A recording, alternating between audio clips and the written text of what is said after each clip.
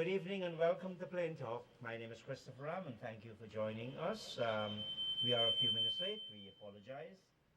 Now, President Granger called on the Afro-Guyanese community to cease idling and depending on others for money, while another Afro-Guyanese community gathering saw Dr. Clive Thomas, a leader of the Working People's Alliance and a member of the APNU-AFC government, called on his party to lobby and support for cash payments to every single household to see the benefits of oil and gas in terms of cash or check received in their accounts. To add to what appears to be a brewing disagreement and discussion, Mr. Nigel Hughes, former chairman of the Alliance for Change, speaking at the same forum with Dr. Thomas, politely announced his disagreement with the goodly doctor. In any case, no oil will flow before sometime in 2020, and government take in that year is not projected to be significant. Is this discussion on cash payout, therefore, an unnecessary distraction that takes away from the vexing question of the iniquity of the most lopsided contract and the most crippling contract ever signed by any government in Guyana before and after independence? To discuss these questions with me this evening are Dr. Troy Thomas from the University of Guyana and head of Transparency International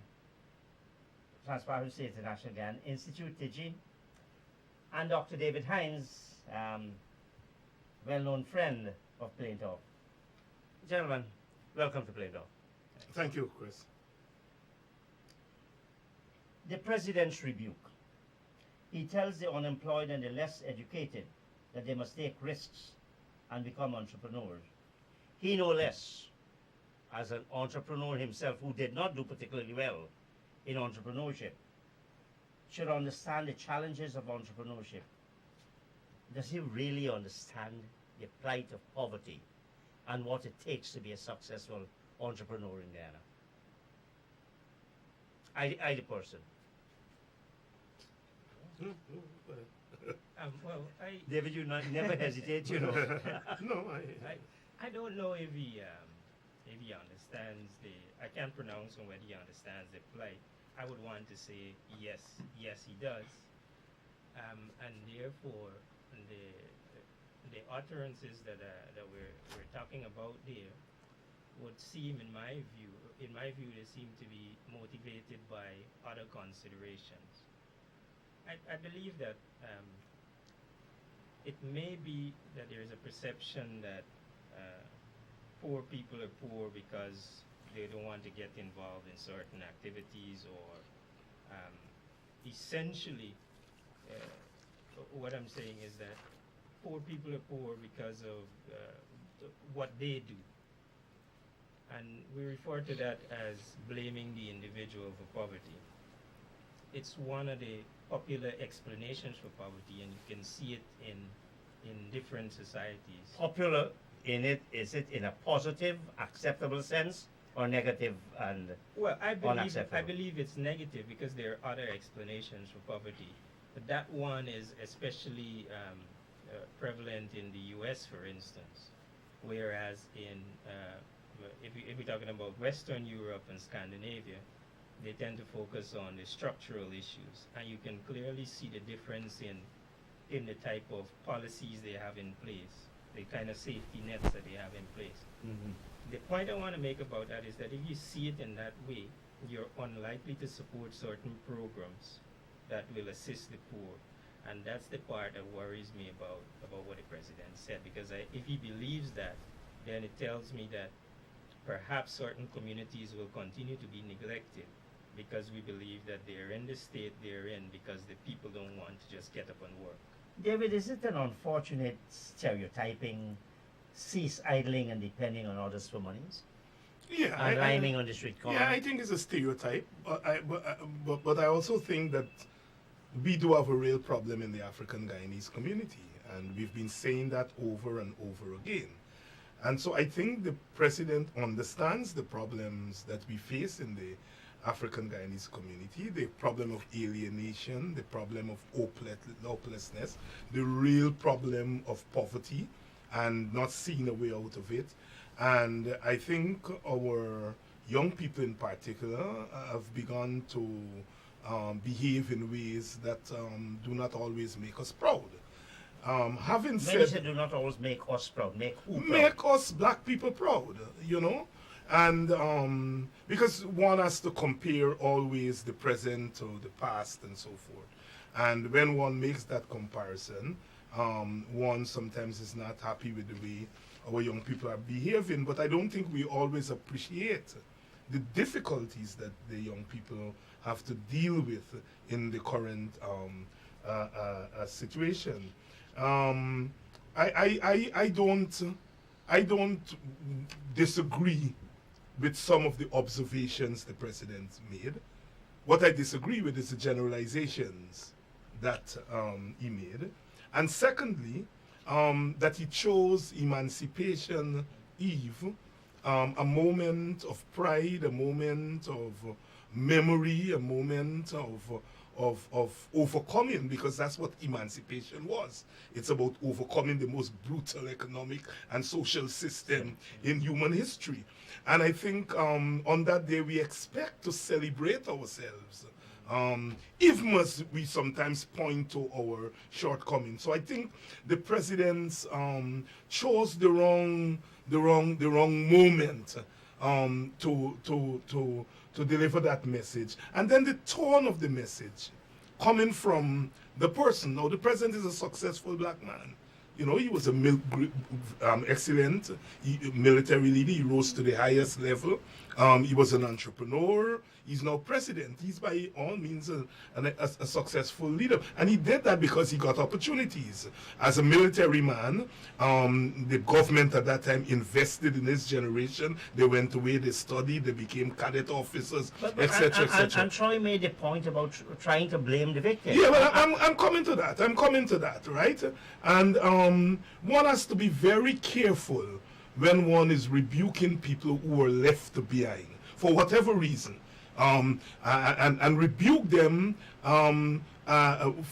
because they're left behind, and you have made it. It doesn't go over well to people because they see it as those of you who got opportunities talking down to them. And I don't think the president set out to do that, but that was the outcome of his message. And I think thirdly, he could have rebuked the people and said, well, look, you all are not doing well. But he seemed to have made them, if you go through his speech, he continued to make them responsible. I can do everything possible to make sure that the profits are but you and your children, your sons and daughters, I must be empowered to make. It's almost as though it's their fault. Yeah. And that's where I have the biggest problem with his remarks, in that he does not, I think, he does not appreciate, certainly in the speech, he did not show any appreciation for the fact that we live in particular societies. We live in post-plantation societies. We live in post-colonial societies. These societies have certain structural deficiencies, so certain structural barriers to poor people. But David, I want to come back to this. Yeah. He has been president for 3 years. Yeah, I'm getting to that, Chris. I'm getting to that. I mean, these are societies that have structural problems, and they have barriers to people moving up. Opportunities have to be created. We're also societies that depend a lot on the government and the state to introduce programs in order to live. We don't have a big private sector here that is going to be able to absorb people. We don't have a lot of banks with generous conditions. Poor people can go and get loans and so forth. So the government has to play an active role. If you look at all the societies, let's look at our model in the English-speaking Caribbean, which is Barbados, which is stable and so forth. It was what they quote-unquote call the welfare economy. And when Barbados sought to scale back, you saw what they did? They voted that government out of office. They didn't give it one damn seat because it sought to roll back some of the social programs. So our success stories have always been the ones where government policy create opportunities. Even in the United States, All right, which is the most let's stubborn. move on. But I'm moving on, Chris. But I'm not. You're taking too long, David. No, but I have to. No, we not to But speak. I have to give It's the a question I background. asked. No, but I asked a But I'm getting I to asked the a question. I'm You're taking taking the long. question. You're taking long. Right? Even in the United States, they recognize that people who have been enslaved and colonized for such a long time, you have to have program. And the president, I think, he did not in that speech say, well, look, here are your problems. I don't like how you behave, but I am in office. I am the president. I am in charge of this government. This is what the government will do. Here is the policy. Here's policy 1, policy 2, policy 3. And he didn't do that. And he did not do that. And I think that's the greatest indictment in the speech. Now, in the same speech, the president told his audience about economic emancipation, Yeah. that petroleum reserves belong to people. But within the same context of this economic emancipation, we have just signed the most inequitable contract ever signed by any government in Guyana, where he tells people the petroleum reserves belong to Guyanese. Who gets the bigger share? Not Guyanese. Is it right? Okay, ExxonMobil may have helped us with our Venezuelan issue. Who will help us with our Exxon issue? Is it correct to say, when you cannot touch this company by any law that works to their disadvantage for the next 40, 50, 60, 70 years, is that economic emancipation? Well, I think there are definitely issues with that contract, and as the debate goes on about it, you're hearing people saying, basically, what's done is done. Let's see how we move from here. But I think that there are important issues in there that should be addressed. Perhaps we didn't have the right people doing the negotiations. They didn't have all the information. Several things could have intervened.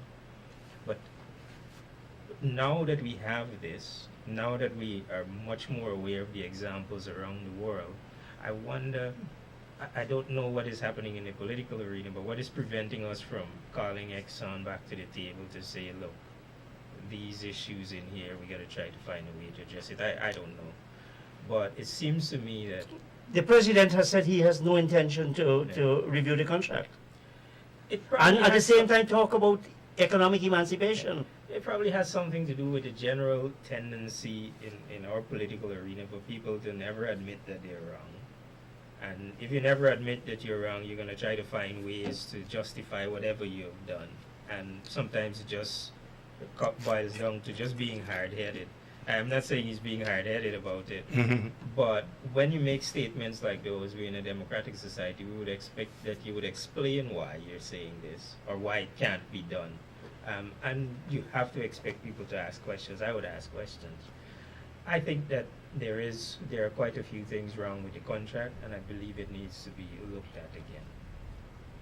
No, Chris, I don't see how we could have had a perfect contract, a near perfect contract. We went into that scenario really unprepared. We went into it as a political party or a group of political parties into power rather than from a national standpoint. We went into it, of course, with the problem of Venezuela next door and so on. So all these factors, when you bring them together, I am not surprised that we have the kind of contract that we have. My question was, Yes. is this economic emancipation when you've just locked in? David, let me explain this. Yeah, And I'm speaking to the viewers as Right, well. right. You cannot, under this contract, do anything with taxation on any measure that adversely affects that company. Yeah, yeah. Now, let me put it in context. This contract alone will account for about 80% of government revenues after the next 10 years. If there is any shortfall, the government cannot touch the 80%. It will have to touch the 20%. Is that really, can you justify it on any grounds? Well, you can't justify it, but the circumstances under which you are negotiating, you are at a disadvantage.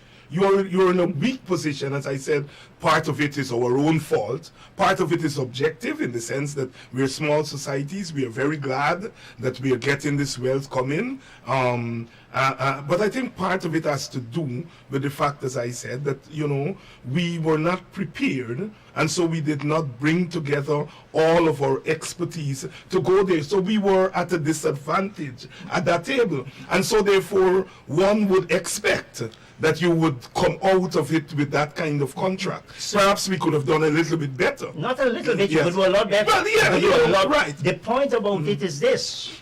You're saying you've tied the hands of your parliament, your hands and feet Well. of your parliament for the next 50 and 60 years, and you're telling people about economic emancipation.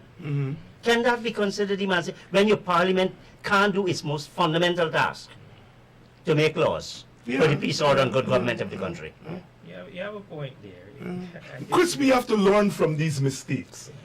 We have to learn from these But- mistakes. I continue to see that in order to prevent these mistakes in the future, that we have to be able, when we're dealing with serious business, like sitting across the table from a multinational corporation, that we have a nationalist position. I think, on this business of oil, it should not be left to the government alone. I think the opposition, civil society, should have been active participants in deciding You mean the what... government should have brought them in? That's what I'm saying. Yes, no. That's what It's I'm, not like if they could impose themselves. Right, no, I'm And saying the that. people have been saying, but the government has been ignoring everybody. And so in that regard, I indict the government because I think it could have done that. So there were some mistakes, some things within their control that they could have done, but I think there were other things that were not within their control. As small societies, not having any kind of leverage. You know what was the biggest leverage we had at that time? That we had found oil. This is not a pre-discovery But agreement. also- This is a also- post-discovery agreement. Yes. Also, what No. happened in Venezuela, Exxon didn't have a foot in there anymore. They needed something. Yes. And I think we would have done well to recognize that they needed something too. I understand, David. I'm not trying to force you into saying something that you don't wish to say. No, What I'm saying, and I can't do it anyway. Right. What I am saying, that this does not sound to me like economic emancipation. Well, I mean, when he was speaking about economic emancipation, he was talking about people. He was talking about African Guyanese and economic emancipation, right? So I don't see the connection between economic emancipation and signing a bad contract. You have tied yourself for 80 years. I see the point you're making in that you basically tie your hands Yes. and can't do anything. Right, So right, I see right. that point. Yeah. You cannot. I want people to understand this. And Troy, you mentioned about what we can do. We have signed ourselves to a stability clause that, in my view, is completely unlawful. Because no parliament can bind another parliament. You can't tell a next government. Can you imagine a next government coming in and you saying, no, you can't touch this? Yeah. No, moreover, and I hope Mr. Trotman realizes this, Parliament in the 1986 Act gave the minister the power to enter into petroleum agreements. Does that power include the power to bind every parliament for the next several decades? Is that logical? Is that emancipation? You mean, is it independence? Is it independent? Right? I mean, No, I'm using the word of the Monday, Ben. Yeah. Is it? No, and I completely agree that, we could have done better. I completely agree that we could have done better. But we are faced with that, and No, I don't think we should take that negative attitude, that defeatist attitude. No, it's not a defeatist attitude. Because I think, as I said, Uh-huh. I think that stability clause is unlawful, Yeah, but and therefore you could go back and renegotiate. all right. That's what Yeah. So I think Yeah, something. yeah, but Chris, the point is that our people have to be educated on these things, and they have to be mobilized so that they can put pressure on the government. The government by itself will not do that. We have seen the government hunkering down. That's how governments tend to behave. There are few governments who will walk back and say, well, we made a mistake. We've learned from it. We're going to try to see if we negotiate. Governments don't behave like that at all. Indeed, we're not getting that, because I also want to raise the issue of how we go forward with selling the oil that Guyana will receive. We're not hearing about that. I heard one disclosure that there was some minister trying to push it, another secret deal, and it means that we're really not, either we're not learning or we're just There's completely no ignoring transparency the in all of people this. because with what happened with the contract with Exxon and all the everything that was said about it, I think it will be most egregious to approach selling the oil for Guyana in that way. Yeah, it's a secrecy. You see, look how long they took to make the agreement, the contract, public. And a few people... And you know why they did it? Because the World Bank tell them they got to do it. Right. And the bonus got exposed. Right. And a few people push them. What we have is the governance of secrecy. And I think that we have to get people, as I said, more educated and more agitated to call for more transparency in governance. Because if we had transparency was institutionalized, it would have served as a deterrence for all this secrecy around the contract and other agreements that they are entering into. But you raise this question of transparency. We have not seen the bridging deed between the 1999 agreement and the 2016 agreement. We have not seen the prospecting license issued by Trotman. We have not seen the production license issued by Trotman. These are important documents that people ought to know about. We don't know. Do we have any idea what is going to be the cost of production? Has Exxon said it to anybody? Has the government shared that information with us? Do we know? Do we know how many days per year production will take place? We keep talking about so many barrels per day. Is it 365 days? Is there any downtime? Do we know anything about this contract? Well, the institutions in the society have to do their work. The media have to do their work. People like yourself who are activists and advocates have to do our work. You see, the point is, Chris, I am not surprised that the government is behaving the way governments behave like that. But then you come and talk with this hypocrisy. Yeah, but I mean, we're not... What do they do? No, we have to challenge them. And I mean, I think what has happened in the society, given our ethnic differences, our ethnic division and so forth, what we have is that, when African governments are in power, black people go to sleep and feel that you ought not to criticize your government, right? And the Indians criticize it, they're not going to be taken seriously because people are Or they take as enemies. Right, people say, well, all they're trying to do is to bring down the government. When the Indians go in, black people get vocal and Indian people gone silent. And so it's very difficult to build broad consensus in this country in order to pressure government. So the government of the day would say, to hell with them. I don't have to think with them because I am not going to suffer at the next election. My supporters are not going to punish me at the next election. And so until we develop a civil society that is going to be able to say, look, I support this government, but I don't support bad behavior of the government. I think that is what we need to David, and this is not personal. Yeah. You live abroad. I live abroad part of the year. Part of the year. Yes. But you don't have to depend on employment in Guyana. Yeah. You don't have to depend on business. The government is a most invasive, forget coercive, a most invasive entity in our society. It's the largest consumer of goods and services, one of the largest employers. It's easy to say, we come on Plain Talk and we say these things. Not many people feel very free to talk. And not civil society is really silenced in many ways. And you yourself have been a victim of that silencing. But point I'm making, Chris, one has to resist one has to resist. I am saying that people have to want to make sacrifices. I mean, people have died resisting in this country. Walter Rodney was assassinated, standing up in this country. And I think that we have got to push that.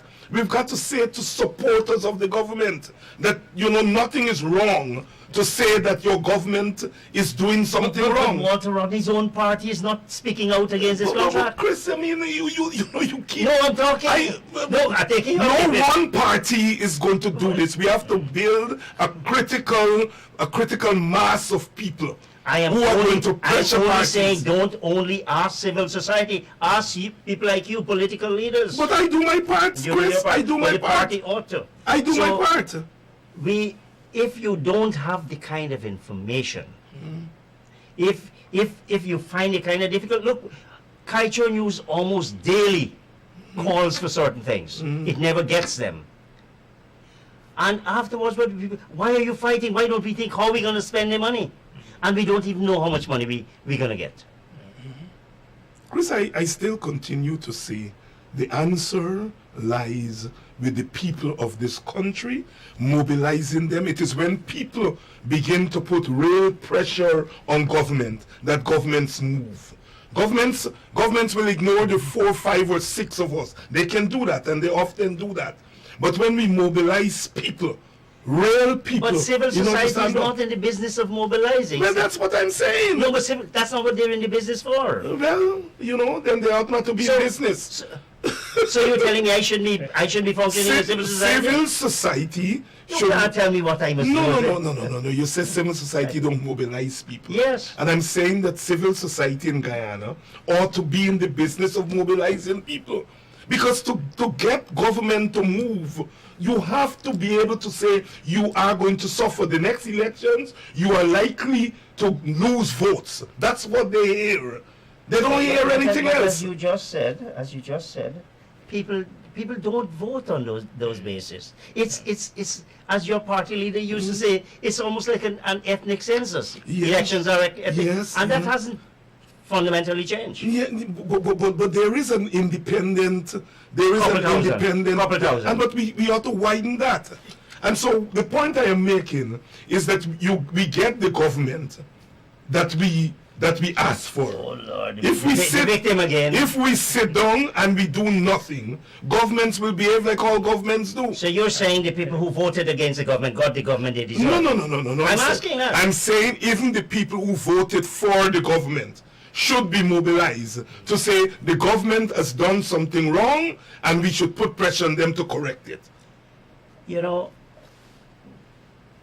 When we had the Norwegian, the LCDS funds, the opposition, some of the political leaders now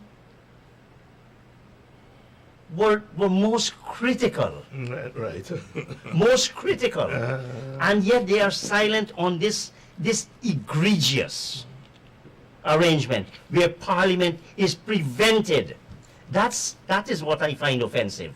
Yeah. You are telling my elected representatives because one minister decides to abuse his authority, which gives him the power to enter into agreements to go well beyond what the law would have contemplated. That's where we are. Now, we haven't got, I'm not sure, I've not seen many people put out the type of figures that we're likely to get from oil revenue. Yet we've gone big talk into spending and how to spend. How much do we know? Two very serious of what? About the revenues we will get from oil. How much? Who we know? The country. Well, the countries, and I think, but you all are the economists. And, don't exclude yourself. No. You all are the economists, and you've given us some figures of what Professor Thomas has come out with his figures. So we have numbers out there. No, well, whether the people are hearing that is another matter. right? Remember, the media is supposed to translate and transfer that kind of information to people. But you have numbers. Thomas got numbers. You know, other people who are into this business, But they put out numbers. So you're saying and that you're saying that we don't know. You all have numbers out there. No. But Dr. Hinds, Yeah. surely Yeah. it is the duty of the government, Yeah. not Christopher Rama bookkeeper, to be putting these numbers. I think indeed that's a crucial Yeah, issue. yeah. What are the official estimates that we're working with? No basic information. Yeah. No. But I completely agree with you that the government has not been saying much. And so therefore, if the government is not saying much, then we have to depend on other people who are outside of government who have the expertise to trying to figure it Yes, out. but David, I keep saying, Yeah. we don't know what Exxon's cost of production is going to be. They may tell the government, they wouldn't tell us. Yeah. I can't go assuming it.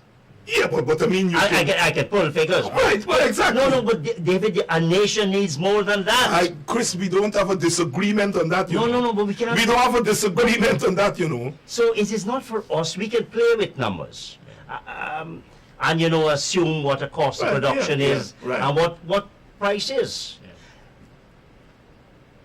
The question then, in that kind of inadequate scenario, how much informed discussion can we have about spending?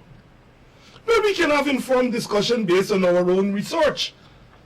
Okay, so Our own independent research. What is wrong with that? Nothing is wrong in doing our own independent research. Okay, can you tell me, Dr. Hinds, what you consider, let's say 100% government take. What is your expectation of what kind of revenues we are likely to get? No, I have not studied You have that, not studied. Chris. I have Okay, not studied all right, that, you have Chris. not. I Sorry. haven't. I have not studied that. Let me. Well, that's what our job is as Yeah, well, to do right, that kind of yeah. thing. But secondly, let's assume it's 100%. Whatever it is, it's 100%. How do we feel that 100% should be divvied up between? I'm not going to ask a leading question. How do you feel it should be divvied up? That's a tough question, and I would say I don't know. I haven't thought about how they should distribute it or what I'm looking to see what they will come up with, what as a society we will come up with, and so I don't have like a strong opinion on what should be done. But when approaches are proposed, I can look at it and see, well, okay, this seems reasonable or so forth. I think I would rely on the technical people to come up with those proposals. I don't feel I have the expertise. Yeah, same here. Not even in percentage terms. Well, let me see if I can. It might be hard for you to imagine because that's what you do. No. no, I'm not finding it hard to imagine. Don't worry. David is not finding it. No, but We're saying 100%. Yeah. What do you have to do? You have to we have, and for those who tell you, oh, sovereign wealth fund like Norway, I've said on this program on a number of occasions, when Norway discovered oil in the North Sea, it had a fully developed infrastructure. It was a first world economy. We have potential. We have the resources. We are not a first world. We have a serious deficit in physical infrastructure. We have a serious deficit in social infrastructure. We have financial deficit. You look at our annual budget. And we have poverty. And we have poverty. Dire poverty. Serious poverty. Yeah. That, and then we have a constitution that rightly says the resources don't only belong to this generation, they belong to generation to come. How do we? That is the kind of discussion that, in my view, we need to start thinking about, rather than just to say, okay, cash handout is it has its advantages, it has its disadvantages. But we have to start thinking, if we have this 100%, how do we share? Chris, I think you're being somewhat unfair To whom? To Professor Thomas. I didn't say Professor Thomas. Professor No. Thomas, because Professor Thomas No, talked no, about no, cash no, handout. no, no, no, no, You no. mentioned cash handout. No, I'm talking about the total. Professor Thomas put a menu. Okay. A menu No, of proposals. I'm not asking of you which, hold on, let me finish. Let me finish. I'm asking you, how do you share this 100%? Forget Dr. Thomas. but no, We'll get to that- we can't we'll get to forget- that just now. I'm talking about a broader thing. What percentage should be put aside? What percentage should we spend on physical infrastructure, social infrastructure, as you said, Yeah. poverty? But it How do depends. what do we do about a stable? You see, you have a sovereign wealth fund. You can have a sovereign wealth fund that has an element of a stabilization fund, because nobody knows what oil price is going to be in 5 months from now, let alone 5 years from now. Chris. You have your prices going up and down. Chris, the government has to put before the nation an economic vision where it wants to take the country. And your vision will determine what your priorities are. No, but I'm talking about us as a society. What would we want? Yeah, but the government has to lay a vision out there and has to say, here are what we think are the priorities, discuss it with people. And if your priorities is looking after infrastructure in order to woo, in foreign investment, that's your priority. For me, David Hinds, right? My main priority is poverty. To do something about poverty. I hear What all percentage? That's what I'm asking you. No, I don't have a percentage. Okay, well, I don't have a percentage, but I feel that that has to be front and center, because I think that if we deal with the question of poverty, right, in this country, decreasing poverty, eradicating poverty, I think we would go a long way towards realizing that dream of real emancipation and real freedom for people. Now, I don't know what percentage will go into that. That is for economists to figure out. But from an ideological standpoint, I am saying that here is wealth for the first time in an abundance that we've never had before. And for me, poverty is at the center of our underdevelopment. And if we're talking about real development, that we have to deal frontally with poverty. What do you think, Troy?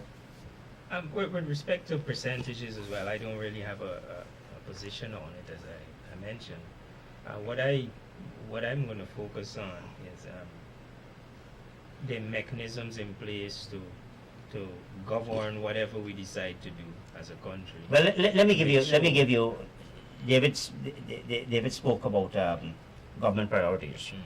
What the government has done, it has said it is bringing legislation on a sovereign wealth fund, which is to put aside money rather than to spend money. Yeah. And that's the kind of balance I'm trying to draw you gentlemen out on. Should it be?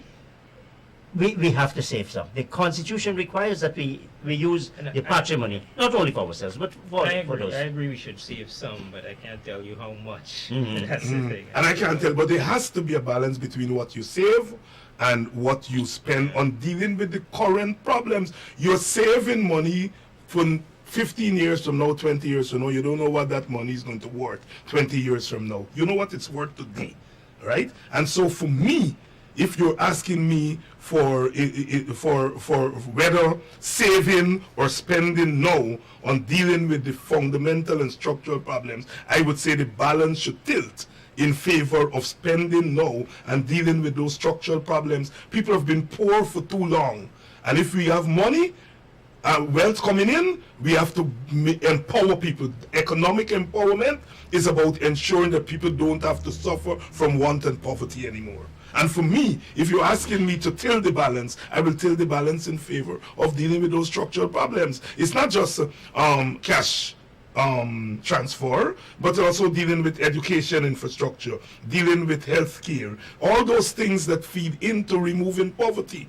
When Professor Thomas made his proposal of cash transfer, he said that he is proposing 3 or 4% of whatever you take. All right? No, he didn't put a number. The media ran with 5,000. He was just saying it could be 5,000, it could be this, it could be that. He didn't definitively say, you'll have to see what our take is going to be. You'll have to say, here are our priorities, and then you work from there. But I see absolutely nothing wrong with cash transfer as part of a menu. You have to have a menu. Cash transfer alone is not going to eradicate poverty. Right. And I did hear that clarification today from somebody else. Mm. Context of that 5,000. Yeah. And I believe when I checked their news reports, I think they might have. I think they have not represented it. No, they didn't. They didn't. Because I also think I look at cash transfer from the perspective of a poverty alleviation measure, Mm-hmm. and I think it can work. In fact, conditional cash transfers would have emerged as an important measure in Latin America. And Latin America has been pioneering in regards to designing and implementing and so forth. I would admit that Which country's model would you, from Latin America, would you well, I wouldn't say identify? a specific country's model, but from looking at several models, there are some key components that we can filter out. But it also an important component is looking locally and see what are the unique elements that we need to have in there. So in terms of key components, the size of the transfer has to be based on something. And I would rather not base that on macroeconomic indicators, but on what people actually need to get by and do what they need to do on a daily basis. How much will be too much so that you can create dependency where they don't feel motivated anymore to do anything for themselves. So you don't want it to hit that threshold. You want it to be below that, enough to give you the baseline, but not so much that you kick back at home. And say, well, a boy, I can live so on when this. people are talking about this dependency thing and parasitism and so forth, it's a bit more nuanced than that. Apart from that, targeting. Various countries have used model-based approach to targeting. There are problems with it. You have exclusion problems, inclusion problems, but you have something that you're using, and using that takes the politicians out of the mix. You don't want them to be deciding who will be on this program versus who will not be on the program, and that's something you got to guard. The politicians will decide it. They have to make the laws. So that's something you got to guard. How do you deal with that? They're the only ones to make the laws. Yeah, but okay, they can make the laws establishing a program, but then you need a secretariat or some ministry to talk about the implementation requirements and so forth and decide how they're going to do it. All of this needs to be documented, the methodology and everything, how people are going to get registered, how you're going to decide whether they're in or out, what you're going to check for to decide whether they continue to stay on the program. So that's another thing. People can be in or people can be out, depending on what if they're in compliance with it or so forth. And cash transfer programs focus on the children. They don't focus on the adults. Right. It gives it requires Well, things like children in Alaska, yeah. it's that's- on every But is that resident. Yeah. I Person think must be that's a bit resident. different. That's perhaps a universal basic income approach, which is different from the conditional cash transfer. The conditional cash transfer is targeting people in poverty, Yeah. whereas the universal basic income thing is everybody in the country. I'm not recommending the Alaska model. I know less about that. Yeah. But I look at the conditional cash transfer from the perspective as a poverty alleviation measure, and I think there is merit in it, but we got to get down to the details, articulate it well. And I agree with one of my colleagues, I think it was Thomas Singh, that said we should do a pilot if we're going to pursue something like this. Do a pilot, a small thing that you can use as a study. And that study can even tell you how to scale up if you need to. Right. And no, Professor Thomas didn't say every individual. That's something that is being peddled. He said household. Yeah. Right. But people, are trying to, as if every single person is going to collect a check and so on and so forth. I think these things are proposals that are put out there, and as I said, proposals should be driven by people's ideological position. And so you're going to hear some people say spend on businesses. Some are like me, going to say invest in people. Some are going to say invest in infrastructure. Maybe we need to do all of those things, but we have to decide what our priorities are. And I think that is what drives how much you allocate to what. Now, we have a country where corruption seems endemic. Yeah. It's in our DNA. Political patronage is part of the culture of political. How do you, in the kind of system that we would find acceptable, how do you deal with those two factors, which are alive and well? Yeah, it's a tough one because I'm not sure that you can eradicate it, that you can get rid of it entirely. But the reason I would persevere and try the best that I can, and I'll talk about a few things subsequently, is that I feel like there might be let's assume we want to do a program like that because we feel there is an opportunity for people in poverty to, we're basically looking at their children not ending up in the same state. I don't feel that we should punish them, and I use punish loosely, because other people want to be corrupt. So on that basis alone, I wouldn't say. But you're punishing them when you have corruption, because yes. From Transparency International, corruption robs poor people. Yes, so I'm going to try to deal with the corruption, but I wouldn't deal with it by not doing the program if we decide the program would be useful. If there wasn't corruption. That's the point Yeah. So how we deal with corruption is, I think we got to articulate all the methodology. We got to ask for a clear, transparent system in place. We want things to be published. We want to have this system for people to monitor and so forth. It's probably not going to stop it, but I think it's going to weed out a lot of occurrences that might happen if you weren't so watchful. And that's what I say. Perhaps civil society needs to be involved in a program like that. We probably need to have some kind of observer mission overlooking that thing. And we need to be evaluating the program. And evaluating the program involves not only the impact, but you evaluating the targeting. Who is in this program? Should they really be in this program?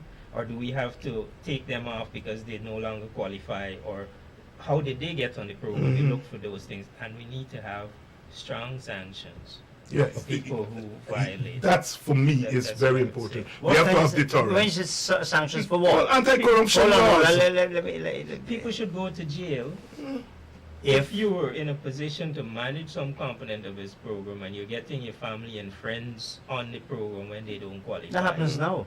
Yes, but we have to be serious about it now. Yeah, deterrence. So that's what I would say. If as a nation we decide the program is something we want to pursue, I would say don't scrap that idea because of corruption. That's my view. Let's find ways to deal with the corruption. Yeah, I think we have to strengthen deterrence, right? And whether we add oil or not, we have to, the problem of corruption is very rife, and I think that we have to strengthen deterrence.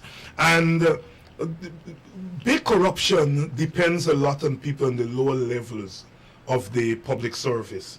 And a lot of poor people who work in these things, get into that thing. They enable corruption because of low wages and so forth. Hopefully, with the coming of oil wealth, we are able to pay better wages and better salary, and hopefully that will serve as a deterrence to people being involved in corruption. I like your qualification there, David, because the evidence is there, and again, I talked to my Transparency colleague. Corruption is not only a poor people thing. It's a myth that only poor people who got low wages and all of that. But what I'm saying, it is easier to, and I'm agreeing with you. That's why I'm saying it's easier to get poor people out of the corruption network, that you break up the corruption network by increasing the wages of poor people and so on, and so there's less temptation on their part to enable corruption, because I don't think poor people are so much into big corruption. They enable big corruption, sometimes a little kickback here and a little kickback there. So I would argue somewhere more than a little. Well, that's why I argue for better wages and salaries for people in the lower rung of the public service, and of course public education and so on and so on and so forth. And I think if you get less poor people, to enable it, the people at the lower rungs, you get them to less enable it, I think you begin to put a big dent on official corruption. We started by talking about President Granger's admonition. Yes.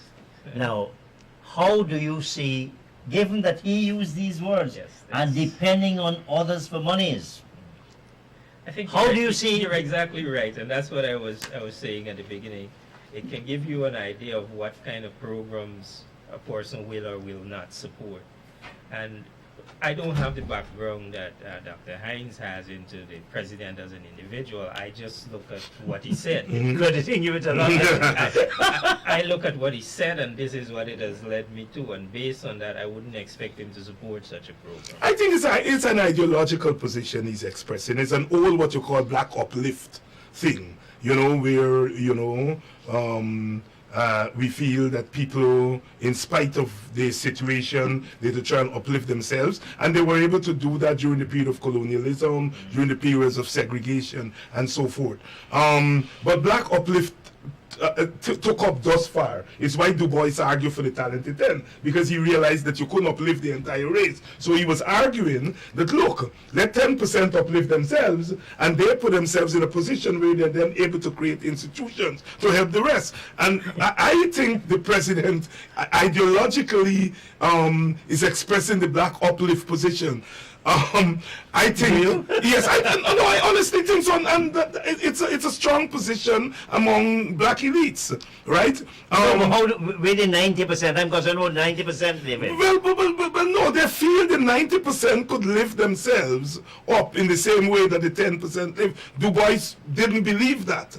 You believe that? No, I don't believe that. That's what I'm saying. I think the president feels that way. It's a strong ideological position. Is that a class thing? It was Booker T. Is it a class thing? Well, it looks like that, right? It looks like that. Booker T. Washington was the first person who argued that thing, and so on. So it has remained an ideological view among the black elites. I am arguing very strongly that you cannot have the type of structural problems that we have in these societies. The structural problems that black people inherited from colonialism, and that we haven't done much to break them up. You cannot do that without big government policy. And I think that's where I disagree with the president. The president seems to be arguing that government does not have a big role to play. And I am arguing that government does have a big role to play. These societies are not going to go anywhere as far as eradicating poverty and the structural problems unless and until government intervene. Whenever we have had some little shift, we have to go way back to the early Burnham days. Try thing with free and fair education. Free. Freudian slip, David. Free education from nursery to university. And this is live, so we can't get that. But I take that back. Free education from nursery to university. No, that thing opened up opportunities for people like myself. Now, eventually government couldn't afford it and it had to go. But for the time that it was there, it contributed towards it. So this thing, when I hear government leaders say, well, we can't afford this, so you don't do it. My point is, if you can afford it now, do it until you can't afford it. Well, let me tell you this, in terms of this affording. Yeah. You can't afford not to have an educated class. Yeah. But in any case, 3/4 of the people you're giving them loans and they're not hardly paying back. Yeah. So you can afford it. Yeah. It's better you do it in an open way and give people. If education is really, as it is in my view, coming from Alexander Village, I know what it is. It's your gateway out of that poverty trap. So any responsible political leader has, in my view, not to embrace an ideology, but has a duty. Yeah, that's my disagreement with him. I think it's an ideological position that is grounded in black political thought. This whole thing about the black uplift and that we can go out there and we can do it in our own. We were forced to do it in our own during colonialism and during segregation. But, when you create nations and you have governments in this modern era, you can't tell people to go do it on their own in an environment where the rich doesn't do it on their own. The rich get richer through government policy. And you're telling and on poor the people, backs, on the backs of poor people. And I think so. So I think his position is ideological. I don't think that he doesn't like black people and all that kind of thing. I think he loves black people, but he has an ideological position of how you lift black people up. And I disagree with that ideological position. All right, we've been talking. How do we agree that we don't have enough information? Right. And unless you have enough information, you can't have the kind of analysis on informed conversation. How do we bring this about? When, for example, a minister responsible for the sector twice cops out of talking to people. Yeah. Raphael Trotman did that with the Private Sector Commission. He did it recently in Buxton. Yeah. They don't, in that Al Jazeera program, they couldn't get a single minister to go on the record to send a propaganda man. How do we, and as you said, David, it's our job then to do it. How do we get it? How do we do it? I think the political class, the citizens have got to invoke penalties to the political class for these things. The political class make the laws. Yeah, Yes, but but we got to deal with them at the polls. And they have And I'm to sure that's know- what David was saying. That's my point. and My they have point. to know that we're gonna get Yeah. they're gonna get dealt with that Yeah, way. yeah. I'm telling black people, and you all out there, if you are listening, hear me well, put a price on your vote. That's my thing. That's the only thing they respond to. You know, we ain't gonna vote for the PPP, but if you don't look after our business, we gonna stay home. All right, okay, that's fine. Yeah. That's electorally. Yeah. That happens every 5 years. Yeah. What do we, again, as responsible citizens, what do we do? I mean, the next election, 2020, do we sit back and accept No, it and say no. we can make them pay price? No. What do we do? No, we mobilize the society. I mean, it's difficult to do that kind of mobilization in a society like Guyana. It has always been difficult, but I don't think we do enough of it. If the government is not doing it, if the political parties are not doing it, I think those of us who call ourselves civil society, whatever else we call ourselves, we need to go into the communities. We need to go into enterprise. We need to go into Enmore or Golden Grove or Denamstel or wherever and begin to talk to people. I think civil society spends a lot of time in Georgetown and we don't go into the communities. So I think that is what we need to do. We have to do public education, go into the communities and say to the people, this is what we are saying and this is what we are seeing. You see, I thought your panel was very good. The discussions in Buxton. Yeah. But there's nothing in any of the reports that suggested that any of the panelists addressed this question of this extremely lopsided contract and what we might be able to do. Call on the people. You were there. Call on them and say, look, whilst we think we will try our best to make do with what we are getting, we have to make sure we get a fairer share. Yeah, well, I mean, you're right, but that that was not the objective of our discourse. The objective of our discourse was whatever you're getting coming, we're asking our poor people and villages are going to benefit from this. So that didn't enter the discussion was not the remit of the panelists. Yeah, but David, it's not only how you share the pie, but how enlarged the pie is. Yeah, I hear you, but that was not the objective of our discussion. When I talk to poor people on the ground, they're not talking about contract. They're not talking about the bad contract. They're asking when this money come, how we are going to benefit. And so for me, that's my priority. I mean, I hear you on the contract thing, and I support a lot of what you guys say on the contract, but that's not my baby. My baby is, right, when whatever wealth comes, how poor people, all those who are powerless, all those who don't every day get considered when we are distributing resources, how they're going to figure into it. I wonder whether this is a model of what can happen when we go into the communities to talk to people about the things that are our babies. Yeah, right. No, but as I think about it, because I spend time in communities, I spend my time in villages, and people will talk to me, I listen to them, and I can tell you, in the villages, poor people are not talking about the contract. It is not to say that the contract is not important, but I'm saying it is not only what we think they ought to hear. It's also what they say they want to talk about. That's correct. It's important. Yeah. But education is more than just Right. And also, as we've done this evening, challenge President Granger when he talks about economic emancipation, when you've just sold out our patrimony. We should also challenge him on speaking with the media more. I don't understand why he doesn't speak to the media. I don't understand why you're picking a fight on something that you can wake up tomorrow morning and go and do. I really don't understand it. It boggles my mind. The media saying go and do a press conference, go and do if you do a poll now and ask Guyanese whether they think the president should do, I am sure the overwhelming majority going to say, yes, go and do the press conference. Just go and do it. Why? That small matter. But why? Why? My thing is this. It's more than just the president, It's people like Trotman who go and sign a contract in the name of the people and then don't feel accountable to explain to and cops out and send some That's true. on the ling to speak on his behalf.